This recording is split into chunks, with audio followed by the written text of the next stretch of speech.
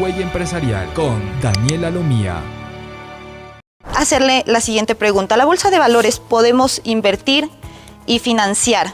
¿Quiénes son las personas o empresas que acceden a estas dos alternativas? Gracias. Primero, agradezco y celebro que un medio de comunicación abra las puertas a un tema que parece extremadamente exótico y a veces se lo mitifica como complicado. Y vamos a ver que es totalmente simple con su ayuda y con algo de explicación mía. ¿Quiénes pueden acceder al mercado? Evidentemente están los ahorristas, que son personas naturales, empresas, fondos de inversión, instituciones que buscan diversificar su portafolio, que buscan tratar de obtener alternativas de inversión, no solamente las tradicionales, alternativas que pueden ser absolutamente viables, técnicas de analizar, con riesgos bastante bajos, porque el escrutinio en bolsa es bastante estricto a quienes emiten papeles para financiarse. Y por otro lado, aparte de lo que es obtener alternativas de inversión o de ahorros, llamemos, están las empresas pequeñas, medianas y grandes que requieren obtener financiamiento para crecer, para hacer que se desarrollen sus actividades productivas. Esos son los dos grandes polos en los cuales encontramos que pueden actuar en la bolsa de valores. Bueno, los inversionistas, ¿de qué manera pueden ganar en la bolsa? Si yo llevo mi platita a la bolsa, ¿de qué manera gano? Muy interesante.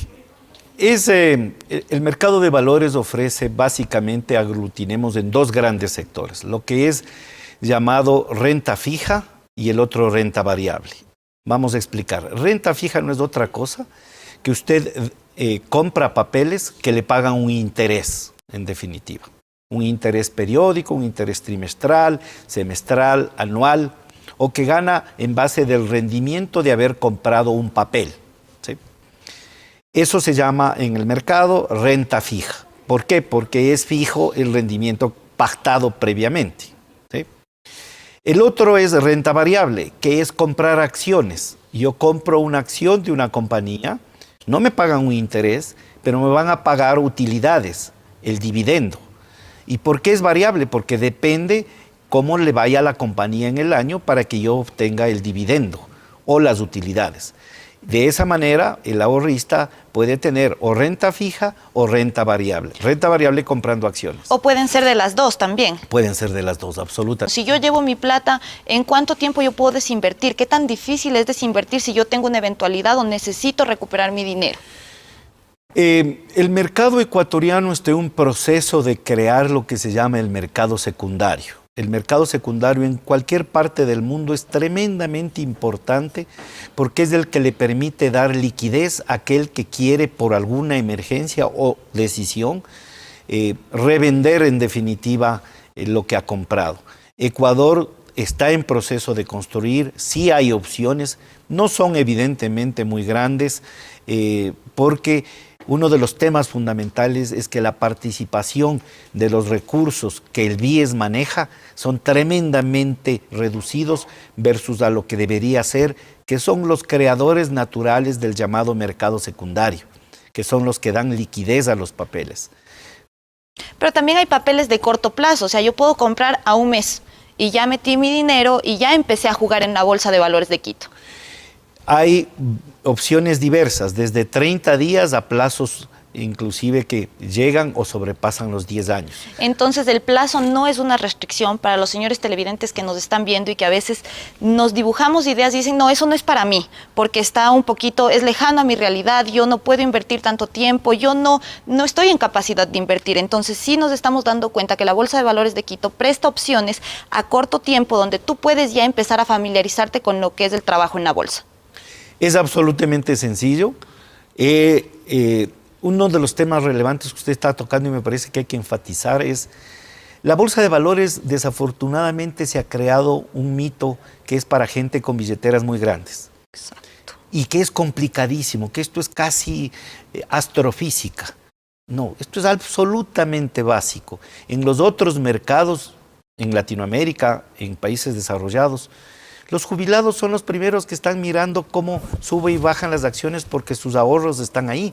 La gente que ahorra para un programa de vivienda, la gente que ahorra para la educación de sus hijos, que está buscando un mediano y largo plazo o corto plazo. Es muy sencillo.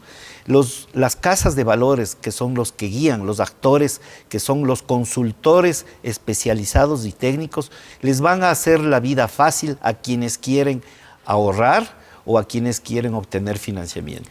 ¿Cuáles son los beneficios de las empresas que participan en la bolsa, que dan sus acciones para que los usuarios puedan comprar? ¿Qué beneficios tiene esta empresa? Primero, volvemos a ratificar y ser muy intensos en el tema de que a veces se confunde que las empresas, solo las grandotas pueden obtener financiamiento. Es muy relevante que las pequeñas empresas, las pymes, las medianas y las grandes pueden acceder al mercado de valores para poder obtener financiamiento.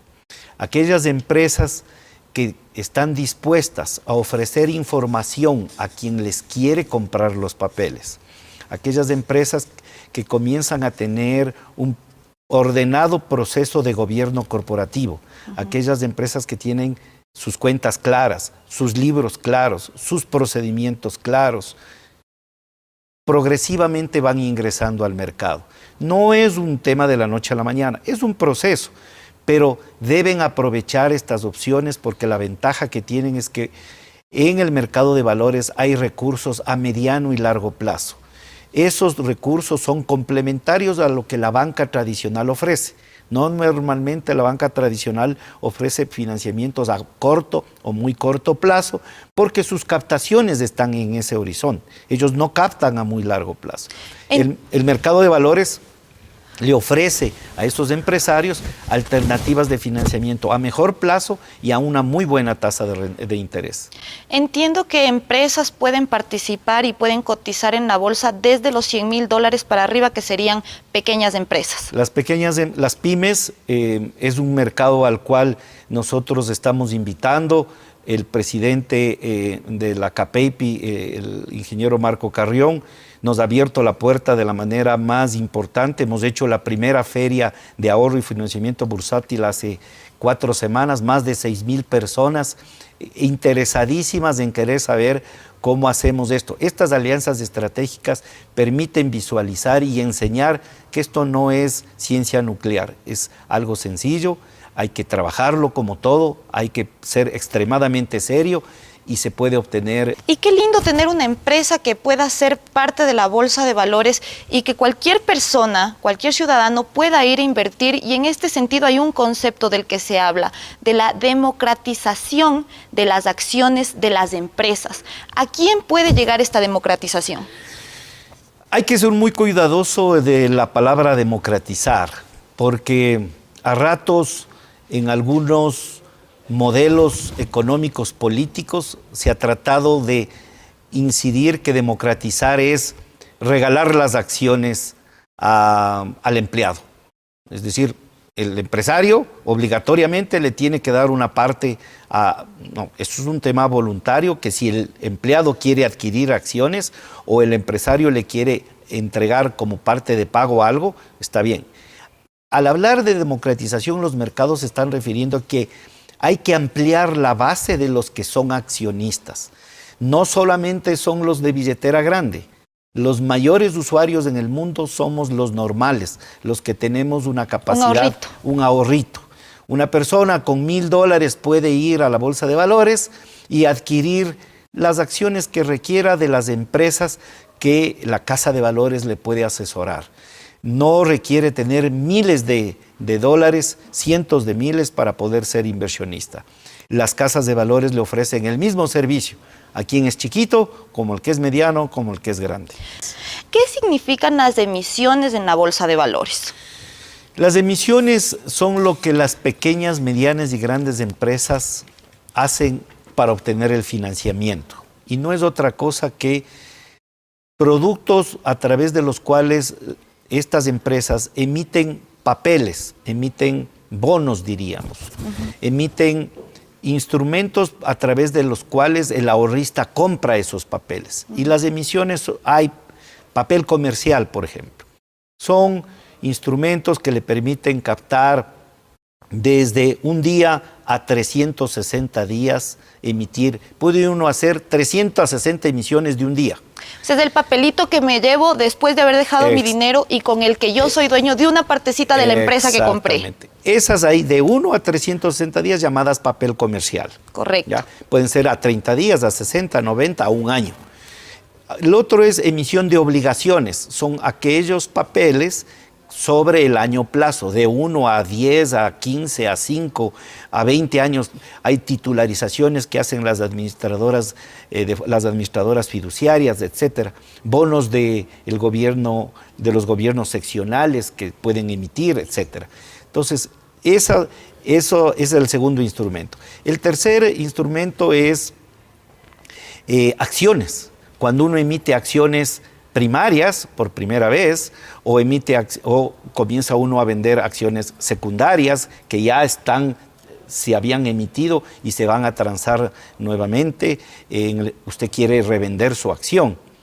Hay también instrumentos como la factura comercial negociable. Ahora un proveedor le vende a una cadena de supermercados, esa cadena de supermercados le compraba a 60 días, si el proveedor requiere liquidez, puede acudir a una casa de valores para que le estructure y esas facturas comerciales, guardando todos los análisis de riesgo de quién es el pagador, de quién es el comprador, de quién es el emisor, las formalidades de la factura, pueden ir a vender esas facturas para obtener liquidez vía el mercado de valores. Existen 75,000 empresas registradas en el Ecuador, de las cuales 50,000 están hábiles operando y 25,000 son empresas que pueden estar en papeles.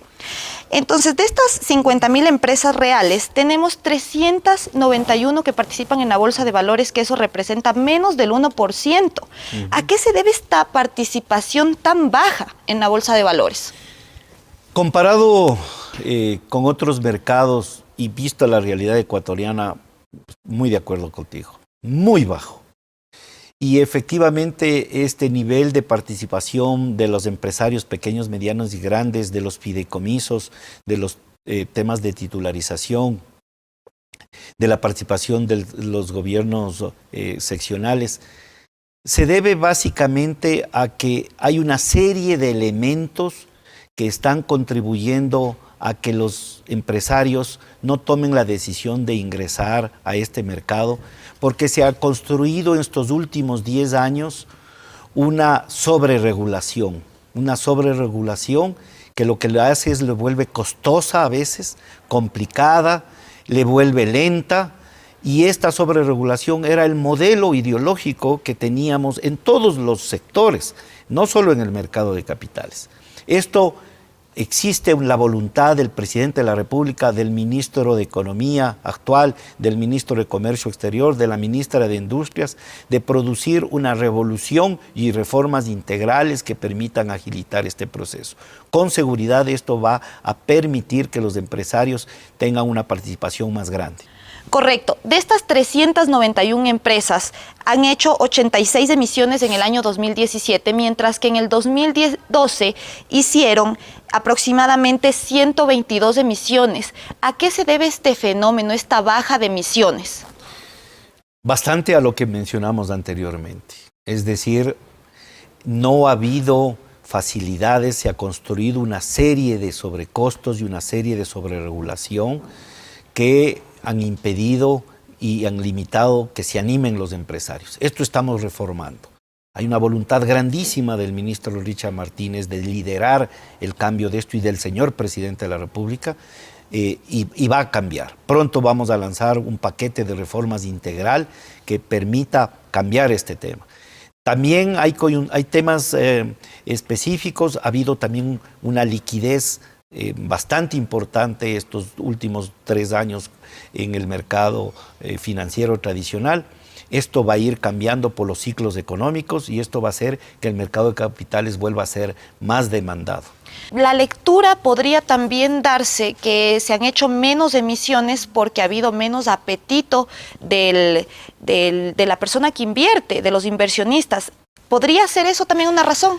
No, los inversionistas están buscando opciones en el mercado de capitales. Los inversionistas institucionales que no son personas demandan cada vez más papeles porque quieren diversificar, porque se han dado cuenta que no es bueno tener todos los huevos de una sola canasta en un solo sector y buscan opciones. Es netamente que no existe la oferta por las limitaciones y restricciones que existen. Así es. Bueno, es algo que se debe corregir de la manera más ágil. ¿Qué significa que los valores transados por el sector privado crecieron a menor ritmo que los valores transados en el sector público y a qué se debe este fenómeno en los últimos 10 años? Con mucha pena, el mercado de valores dejó de ser considerado como un tema estratégico dentro de la arquitectura que diseñó la administración pasada. Y no solamente la administración, sino algunas administraciones atrás. Al no darle la importancia estratégica que tienen otros países. Colombia, el presidente Duque la semana pasada acaba de declarar que el mercado de capitales es estratégico para el desarrollo productivo del país y que las palabras que él dice se lo va a jugar completo él y sus ministros para desarrollar un mercado de capitales. ¿Quién debería invertir más, el sector privado o el sector público? En los mercados desarrollados los dos son actores relevantes. En el sector... ¿Existe un equilibrio? Más que equilibrio, de acuerdo a las necesidades, pero acá claramente se ha notado que la necesidad de financiamiento del Estado, esa avidez de endeudamiento que se destapó los últimos 6, 7 años, ha hecho que haya una cantidad de papeles de títulos del Estado que estén a través de instituciones públicas emitiéndose, y esto ha hecho que la transaccionabilidad de esos papeles sea casi el doble de lo que es en el sector privado. A pesar de no significar un porcentaje alto dentro de estos dividendos, como podemos darnos cuenta en el caso de BIES. El caso de BIES, y usted lo acaba de tocar, es extremadamente relevante. El BIES maneja, por darle una idea, el Fondo de Cesantía y Jubilación, que es plata del empleador, o sea, del empresario, y del empleado, porque los dos aportan a ese fondo. Administrado por una institución Administración por una institución que en teoría es independiente, que se llama BIES. Y esos dineros en ese fondo son 18.000 millones. De esos 18.000, para darle solo una perla por el tiempo, 8.000 millones están en el Estado, invertidos financiando al Estado. Y 300 millones financiando al sector productivo, 330 millones. Que significa un 1%, casi 2%. Casi 2%, versus el 47%. No es malo invertir en el Estado, es bueno, porque el Estado es lo más seguro en teoría. Pero lo malo es concentrar de esa manera y olvidarse que el pequeño, el mediano y el grande necesita de esa plata que no es del Estado.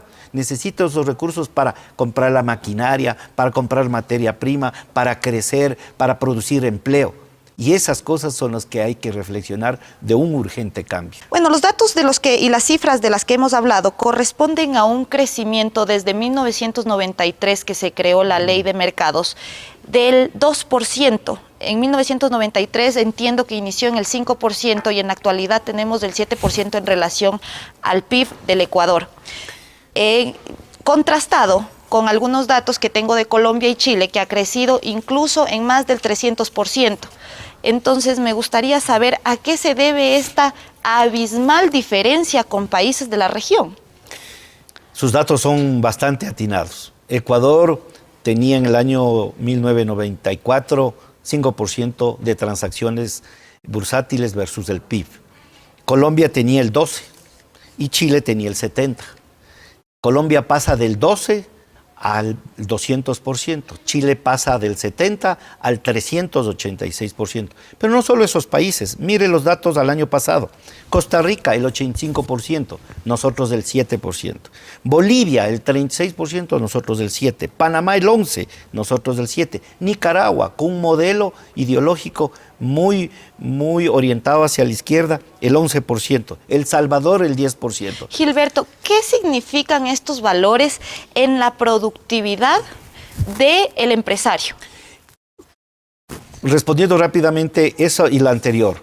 Esta razón es porque hay que decididamente el sector público elegir que esto es un mercado estratégico para desarrollar la competitividad, apoyar la competitividad del sector productivo. Esa es una de las razones fundamentales. Los gobiernos de esos países le han dado toda la importancia y han generado los mecanismos para permitir el desarrollo de ahorristas y de financiadores vía el mercado de valores.